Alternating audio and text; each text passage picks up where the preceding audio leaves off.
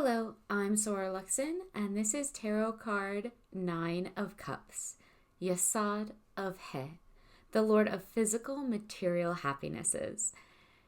This is a big yes, wish granted, affirmation, positivity card.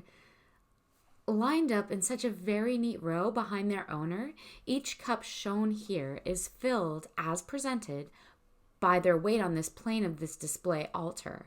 So you know these cups are full to the brim.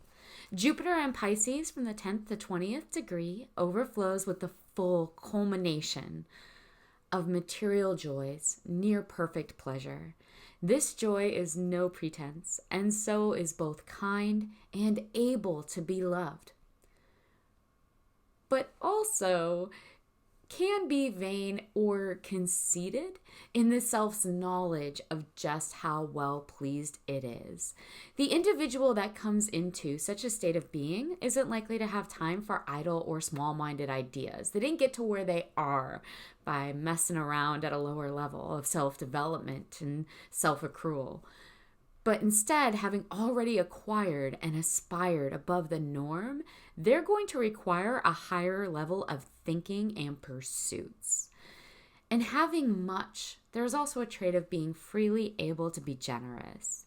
So there might be some conceit, but there's also very often a massive amount of generosity. And so often we are advised of, here in this card, a good and generous nature. But also perhaps in its sense of constant security, likely to be foolish in that generosity. When you have much, it's easy to make foolish decisions in giving it away. Ariel and Celia, a rule where all wishes are granted. The place of total success, total happiness. And yeah, if you just thought of the Little Mermaid and her cave of material trinkets and pleasures, there's a reason for that, right? Everything is turning out or is going to turn out exactly the way you were hoping. Everything is an upswing. Bliss out, celebrate. You know what you've manifested. You're a manifestation master of the moment. Heck yeah, not bad, well done. That is what this card is saying. So enjoy that. Where this querent is a good place to be, content and celebratory at the same time. You've made it and recognize that, so you feel good about it. You realize that you can now sit in the glow of your gains, of what's been accomplished, and take great joy in that success. Kick back and beam out at the world. Now is the time to have some fun, to maintain all the behaviors and mentalities that brought you here, but to be able to relax while doing it. Enjoy life. Indulge in the pleasures of what you have. Let go of anxieties. Play and be pleased. Have some fun. You can, so you should. The 9 of Cups reversed. Here, there's too much excess, too much vanity or self-conceit, too much indulging in the physical, material pleasures of life instead of valuing the higher-minded systems or more ascended, higher spiritual values of existent forces. Very often, when the 9 of Cups is in its oppositional draw, it's being hinted that the querent, that individual's use of materialism or the pursuit of it, is being used to hide from or ignore something much bigger, more important and powerfully crucial in their life and patterns of behavior. They're hiding from themselves in a way by using superficiality, being superficial so that you don't have to deal with or confront reality.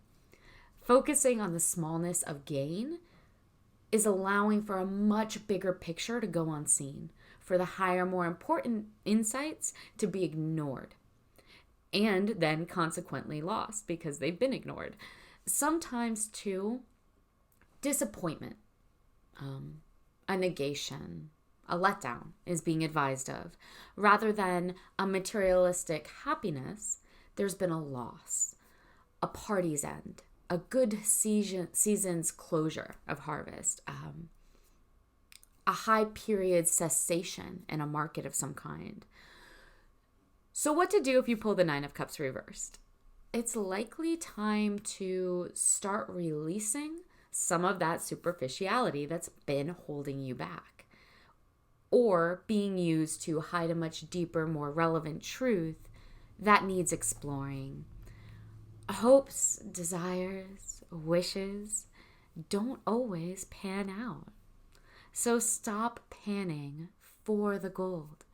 Set the pan aside and aspire to find the more meaningful task at hand. Also, if you are overindulging, that's enough. It's enough indulgence. It's enough playtime. You've had enough fun. So move away from allowing yourself too much excess. Last but not least, the Nine of Cups reverse sometimes speaks to hubris, which is a big word and can be kind of hard to understand, but it's something to be very, very careful of. You got exactly what you asked for, but now you wish you hadn't, and it's because hubris is what was in play when you made the wrong wish. So be careful what you wish for. You have to be mindful, aware of the how and why you're after what you were after. Because now that you've gotten it, there's nothing good about it, right? You're being taught that lesson.